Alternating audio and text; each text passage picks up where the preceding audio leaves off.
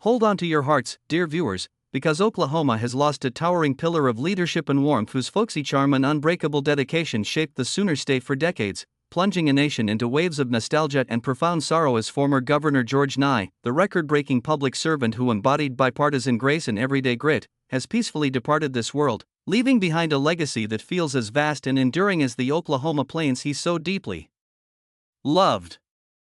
Born on June 9, 1927, in the coal mining town of McAlester, Oklahoma, to Wilbur and Irene Nye, young George rose from humble roots amid the Great Depression, serving in the U.S. Navy during World War II before channeling his passion for education into a teaching career that ignited his political fire, becoming the youngest state legislator at just 23 in 1950 when he won a seat in the Oklahoma House of Representatives, where he authored the bill making Oklahoma the official state song in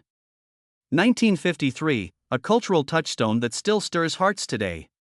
His ascent was meteoric, serving as lieutenant governor from 1959 to 1963 and again from 1967 to 1979, stepping in as governor for 9 dramatic days in 1963 after a senator's death, then winning full terms in 1978 and 1982 to become the only person in state history to serve 4 times as governor, more than anyone else, where he championed education reforms, boosted tourism with his infectious storytelling and harmonica skills, appointed the state's first 2 female Supreme Court justices Alma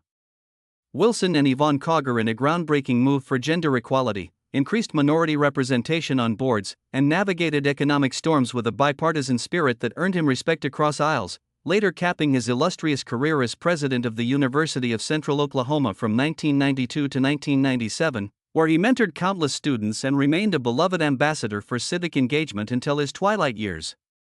On the personal side, George was a devoted family man whose life was anchored by his loving wife Donna, whom he married in 1950 in a romance that weathered political tempests and produced daughter Georgianne Duty and her husband Steve, along with sister Mary Cargill, 2 granddaughters, and 3 grandsons who filled his days with joy, often sharing tales of his 9th-grade dream to become governor that he fulfilled beyond imagination, all while embracing his role as a modern-day Will Rogers.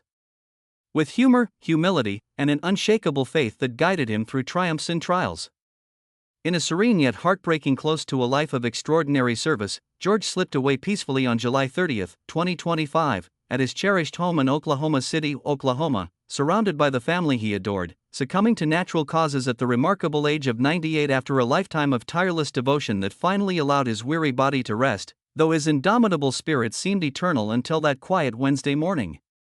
The Sooner State and beyond erupted in an outpouring of grief and gratitude as news spread like wildfire, with fans and politicians alike flooding social media and airwaves with tearful remembrances of the man who put Oklahoma first. Former Governor Brad Henry called him a great man and a really good guy whose impact was immeasurable. Mary Fallon praised his integrity, bipartisanship, and humility that elevated the state's spirit. David Walters mourned the loss of his storytelling magic.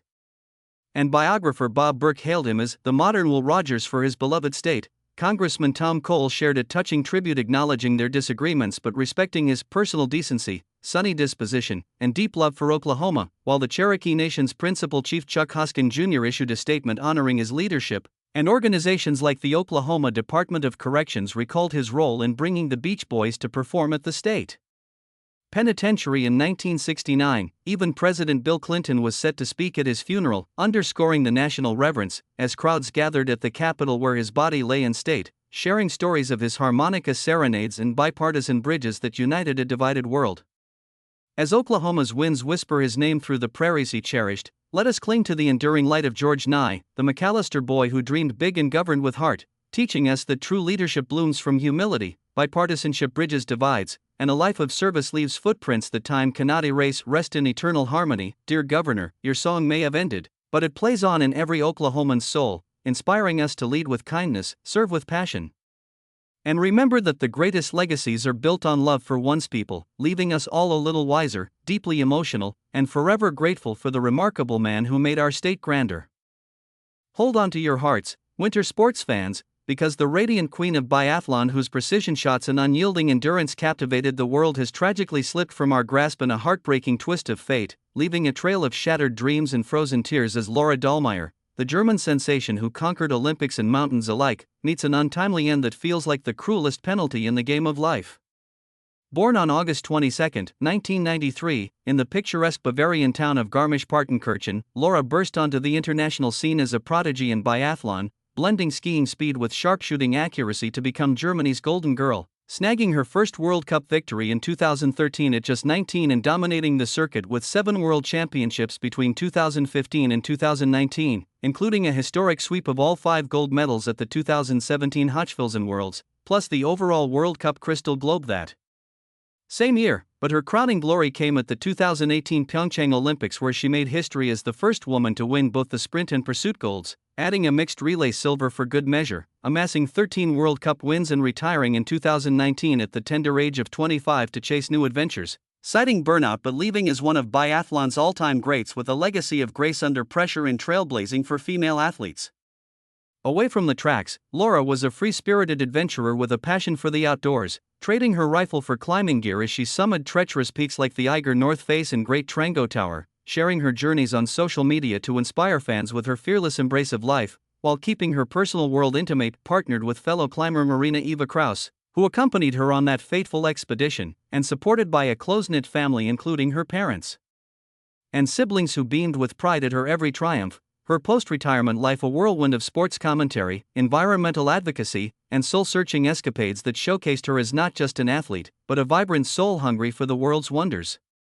In a devastating blow amid the majestic yet unforgiving heights she adored, Laura met her end on July 28, 2025, during a daring ascent of Layla Peak in Pakistan's remote Karakoram range, struck suddenly by a catastrophic rockfall at around 5,700 meters that claimed her life instantly at the age of 31. Her companion Marina unharmed but helpless as severe weather thwarted helicopter rescues, leading authorities to honor Laura's explicit wish that no one risk their lives to recover her body, a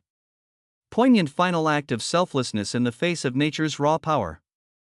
The world erupted in grief as news broke, with fans worldwide flooding social media in disbelief and heartbreak, sharing clips of her Olympic glories and declaring gone too soon, while podcasts like Ski Shoot repeat dedicated episodes to her memory. German President Frank-Walter Steinmeier penned a touching letter to her parents calling her a great athlete and warm-hearted person whose loss leaves an irreplaceable void. The International Olympic Committee lauded her historic feats and enduring legacy. Biathlon icons and the German Olympic Sports Confederation expressed deep shock, with tributes pouring from figures like Thomas Huber hoping for peace amid the tragedy, and outlets like ESPN and The Guardian amplifying the sorrow of a nation mourning its biathlon legend with heart, attitude, and vision, all uniting in a chorus of admiration for the woman who lived boldly and left too early.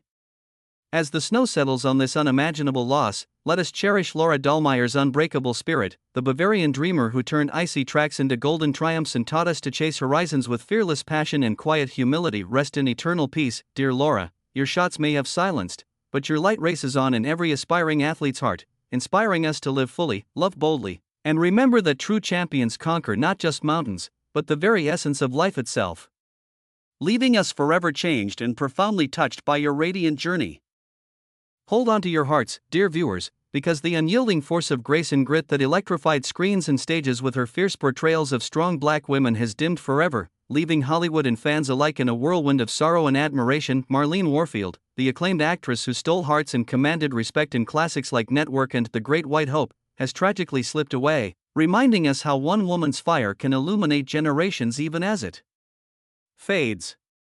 Born Marlene Ronetta Warfield on June 19, 1941, in the bustling borough of Queens, New York, she discovered her passion for performing early, honing her craft on the New York stage where she made a stunning Broadway debut in 1968 as Clara, the fiery prostitute ex-girlfriend in Howard Sackler's The Great White Hope opposite James Earl Jones, earning the prestigious Clarence Derwent Award in 1969 for outstanding Broadway debut performance and captivating audiences with her raw emotional depth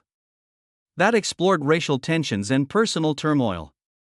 She seamlessly transitioned to film, reprising her role in the 1970 adaptation of The Great White Hope, then delivering powerhouse performances in gritty dramas like Across 110th Street in 1972 as a resilient woman in Harlem's underbelly, but it was her unforgettable turn as Laureen Hobbs, the sharp-witted black revolutionary negotiating TV deals in Sidney Lumet's Oscar-winning Network in 1976, that stole scenes alongside Faye Dunaway and cemented her as a symbol of unapologetic strength,